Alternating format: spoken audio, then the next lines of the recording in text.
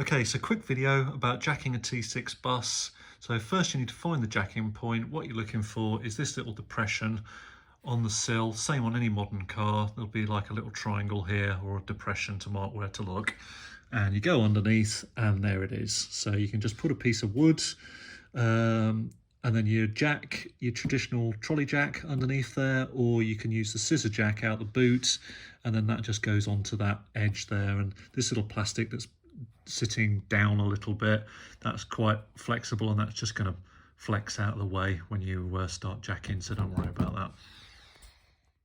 That's a photo with the jack in place. At the front, exactly the same, little depression, go underneath, and again, little piece of metal that's going to be nice and easy for us to either put that piece of wood on again or to use the scissor jack mounted onto that edge. Right. Torque setting for the wheel nut is 180 newtons per metre, and these are the tyre pressure settings you need. So the next thing you're going to want to know is where's the scissor jack for the car? Well, it's over here on the left hand side. There's a little plate just here that we can lift. So I'm just going to flip the mattress back. So I'm lift that up and out of the way. I'm going to hold that back. Okay. Got some clips on that. There we go.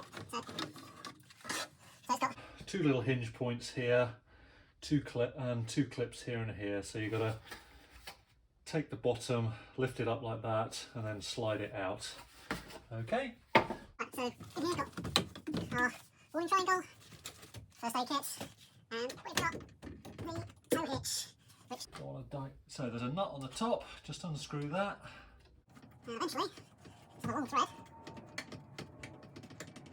It comes out. So, okay, right. Let's get round to the car. So, first thing to do is to put some little chocks underneath the front wheel. I've also done the one on the right hand side. Okay, so I'm going to just take this. I've already used it before, so I'll look at it. Which one does that go? Breaking it. There we go. So, and then. Okay. Snap off. Right. Before I jack the car, I'm going to loosen it with this. This is to avoid knocking the car off the jack when the car is lifted. The piece of wood stops the foot of the jack cracking a tile in the floor of the garage.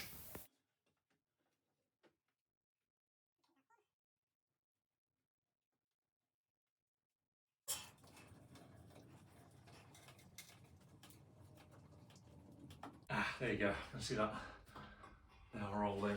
Good, right.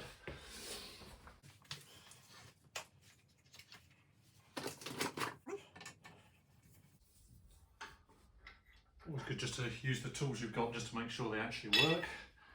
Right, so let's go and see if I've got a... Okay, so this is my little helper. This is basically going to make me not need to take the weight of this wheel while I'm undoing these screws. So I take one out, I put that in, and it's just a locator, and then I can slide the wheel off relatively easily. I'm just going to wipe these out with the so that it keeps the video short.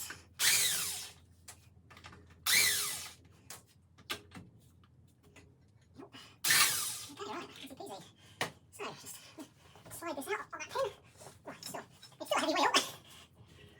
There you go. Didn't have to do too much. So it's just good practice just to knock all that loose corrosion off of that backing plate.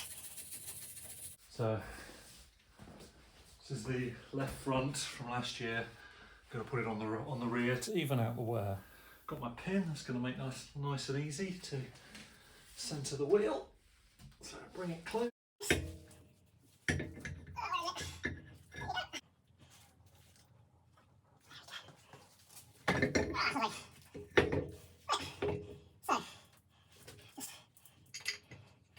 Start these guys by hand so that you don't stand a chance of cross-threading them.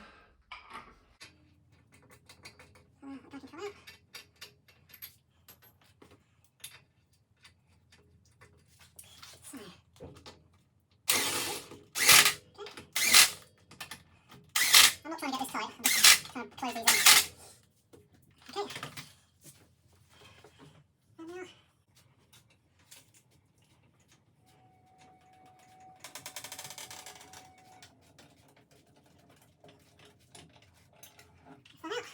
Torque spec for the wheel nuts is 180 newtons per metre, which is quite a bit. A beautiful piece of equipment. Right, now. Ooh. Okay, wow, that ain't coming off. Oh, Christ, hang on here. Oh, you don't really like to do this. Love it. Right. Yeah, all good. Oh, blimey. That's a good position.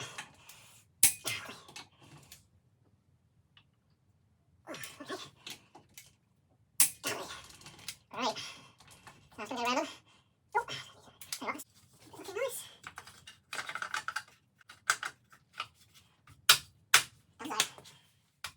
Last but not least, check your tyre pressures and pump them up with a suitable device. I like to run my pressures quite high because I've got the 4Motion and the vehicle weighs a lot.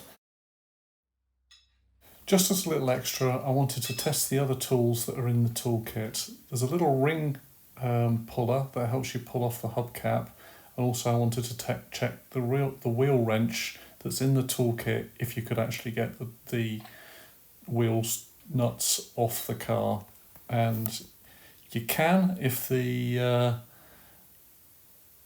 car has been torqued to the right settings, but most likely if your car has been in a garage they'll use a pneumatic wrench to reinstall the wheel nuts, and you won't stand a chance in hell of getting them off without a decent length of breaker bar. So I'm going to drop that larger second breaker bar in the boot of the car for emergencies.